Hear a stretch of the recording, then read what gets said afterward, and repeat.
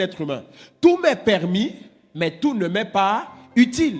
Donc, il est permis de boire, il est permis de manger, il est permis de grouver. Mais est-ce que c'est utile? C'est là la question.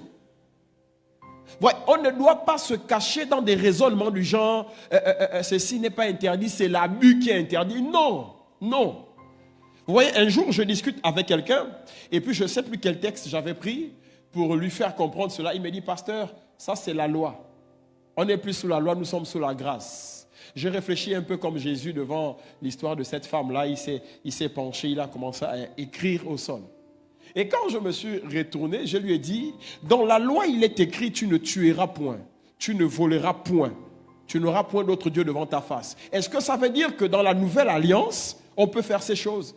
Il m'a dit, non, pasteur. J'ai dit, mais finalement, soit nous sommes dans la loi, soit nous sommes dans la grâce. Mais moi, j'aime dire, nous sommes dans la parole. Parce que la parole est le tout, mes frères. La parole, ce n'est pas une affaire de on enlève ce qui ne nous plaît pas et on donne aux autres. Non, la parole concerne tout le monde.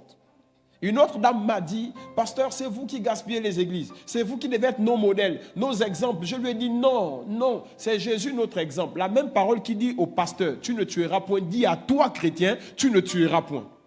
La même parole qui dit au pasteur, tu ne déroberas point, elle s'applique aussi aux fidèles. Il n'y a pas une parole pour les pasteurs qui doivent être des aiguilles.